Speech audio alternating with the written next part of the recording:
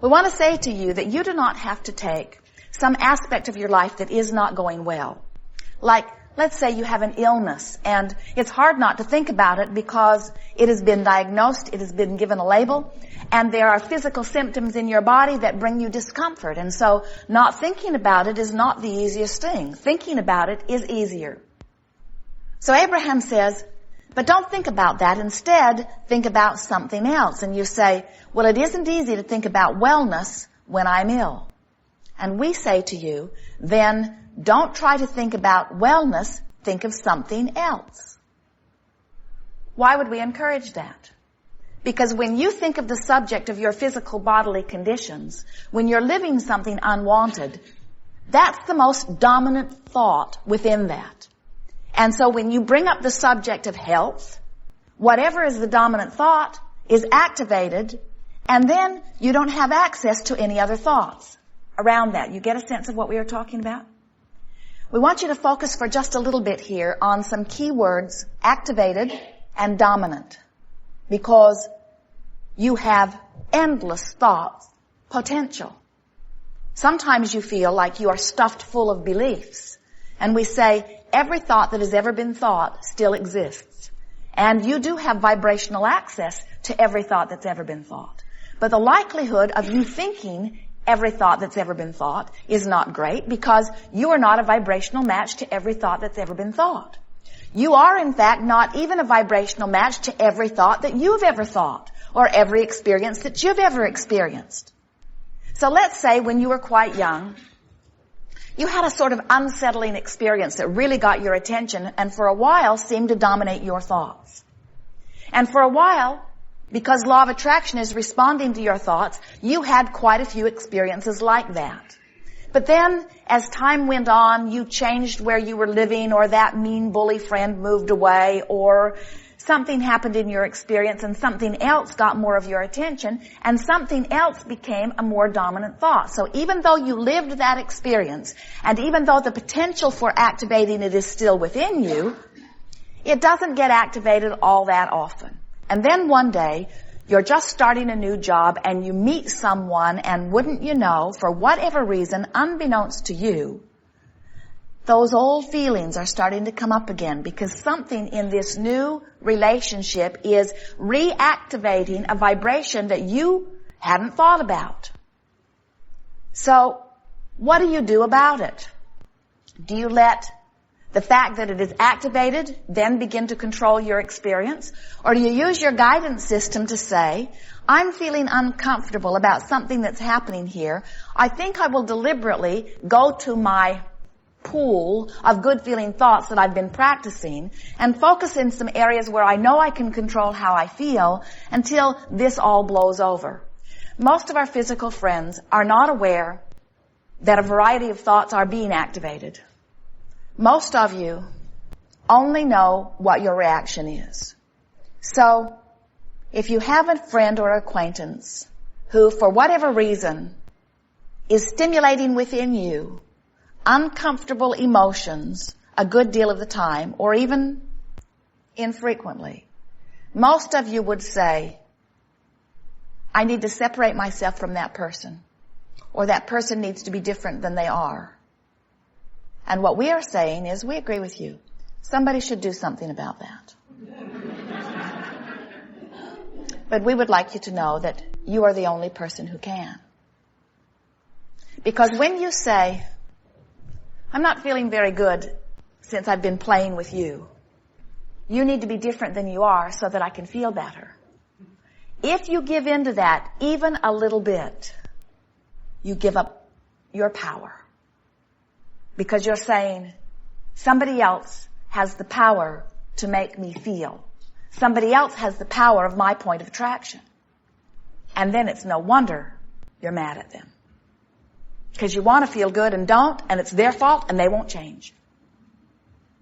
But when you discover that nobody needs to change at all in order for you to feel good, because you have this endless buffet of thoughts that you've been practicing, that activate within you life-giving, good feeling, source-giving, well-being, source energy responses. Then you move through life unafraid, not having to sequester yourself away from any possible interaction, not needing to control the attitudes or behaviors of those who live with you or those who might intertwine with you. Once and for all, being the happy being that you are by letting everybody else off the hook. And most of all, when you let everybody else off the hook, you let yourself off the hook, because then you give up your self-assigned role of controlling the universe. And a big weight lifts off your shoulders. When you begin to say things like, somebody should do something about it, and that somebody is me, and oh yeah, I can do that by choosing another thought. Before you know it, it is our promise to you, within 30 days of a little bit of daily exercise, you'll be there. You'll be at the place where you could be aware of something really terrible happening, and with a brief attention to it, you could say, well, I don't think I'm going to think about that right now, because in thinking about that, I'm activating something that's stirring up all kinds of things that causes me to attract stuff I don't want. I don't think I'm going to go there. Law of attraction is a wonderful thing, because it is responding to the vibration that is within you. And sometimes we know that you feel like you wish you could start over. You wish you could be rid of opinions and attitudes and points of frustration. You wish that you didn't have to have had that experience that now is affecting the way you feel. And we're wanting you to take delight in every experience that you've lived, because out of it has been born the new preference. And as you begin more and more to turn your attention to the new preference, then the things that you are specifically choosing will dominate the patterns that are unfolding in your experience, and you will proudly proclaim yourself the deliberate creator of your experience. It is a wonderful thing to gain creative control of your vibration. We like the ring of those words, do you? To gain creative control of my experience. How does one go about gaining creative control of one's experience? By directing thought, by choosing what you think about. More importantly, by choosing how you want to feel. Pretend that you are a director, a creative director of a movie project, and there's an audience that will be viewing your product. So you decide in advance how you want this audience to feel. If you want them to be frightened, you make a really scary setting. You make it dark. You might even make it dirty or uncomfortable. If you want your audience to feel lighthearted and laugh, you might make it in a bright, happy setting. You would set the place and the time of day, and you would adjust the lights to create the mood. And then you would parade your characters across the screen, and your characters would have definite personalities. And in their personalities, they would interplay with one another. And in their interplay, they would exchange words. And you would affect the response of your audience. In like manner, we're suggesting that you decide to gain dominant control of your vibrational offering by setting some scenes of your own. And we suggest really quick scene setting. About 30 seconds is really good, where you decide where it will be, choosing hopefully something that feels good to you. You decide what the time of day is so that you set the lighting and evoke the mood from yourself. You then identify how you feel, even putting words to it, maybe even remembering things like it. Then you decide who else is going to be there with you, and you give them their attitudes or moods, and then you exchange just a few brief words. And in doing so, you affect your vibration. We've called this creative visualization. We've called this using your imagination. We've called it a creative workshop. Today we are calling it virtual reality. We have noticed that most of you are vibrating in response to what is happening around you, but very few of you are deliberately conjuring images that cause you to offer a vibration. And in order to be the deliberate creator of your vibration, you have to be able to deliberately conjure some vibration. The reason that we are encouraging this process of virtual reality is because that's the way you make a dominant vibration dominant on purpose. virtual reality process is for one purpose only, and that is to practice a vibration and make it dominant. Everything that's happening in your life is because of whatever vibration is dominant. Wouldn't it be nice if you could make the vibration dominant on purpose?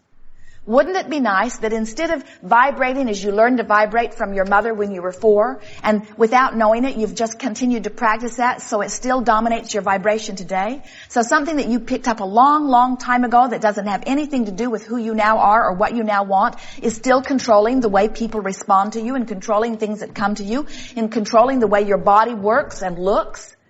Wouldn't it be nice if you could today make another decision about how you want to attract and make that vibration dominant? Don't you think it's worth a little bit of effort? We do. And so we're wanting to practice with you some virtual realities. And we want to remind you that the purpose of the virtual reality is one purpose only, to cause you to offer a vibration that is dominant on purpose. And here's what we mean by this. When you think about most subjects, you already have a dominant vibration relative to those subjects. When you think about the subject of dollars, abundance, money, do you feel more adventurous, exhilarated, excited, unlimited? Or do you feel more worried, concerned, frustrated, limited? You know. Sometimes you say, well, it's a little of both, and we say if it's a little of both, that's good, because you can choose which you want it to be. But most of you know easily, as we throw out those possibilities, where your dominant vibration about the subject of money is. Relationships. Does your dominant relationship feel like fresh air, joy, expansion, freedom, exhilaration? Or does it feel like hard work? I'm always in trouble. Struggle? You know. You can tell. When you think about your physical body, does it feel vital and alive and flexible and eager? Or do you feel about your body pensive, uncertain, insecure, not sure? You know.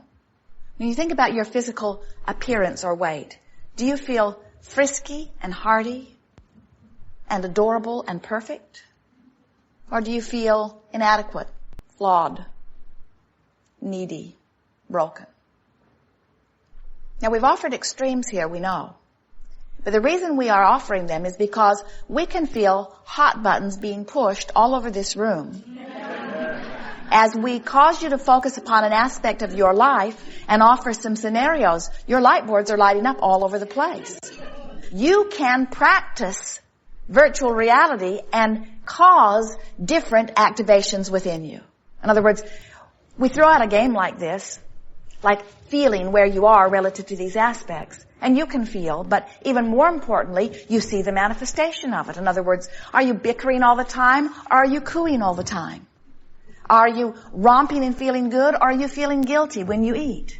Are you enjoying the aspects of your life as they unfold relative to these subjects, or are you not enjoying the aspects of your life as they unfold relative to these subjects? You can tell by the way you've been feeling. And what we are suggesting to you here in the most powerful way that we could ever suggest it, because it is our absolute knowing, is that you have creative control of your life experience. You just have not been exercising it. It's why so many of you form relationships. They're good in the beginning, then they go sour, then you reach for another. They're good in the beginning, then they go sour. And it is because most of you are not doing anything about stabilizing your own dominant thoughts. You're just letting whatever floats across your television screen, so to speak, affect the way you feel. You've become audiences that have watched what's happening, audiences that have allowed others to make a decision how you will feel. Esther can tell when she hears the music. She'll say, oh, it's going to get scary. I don't want to watch it. Or, oh, it's turning to an unhappy place. I don't want to watch it. In other words, she wants to watch it when the music is happy because the potential of something happy is more probable.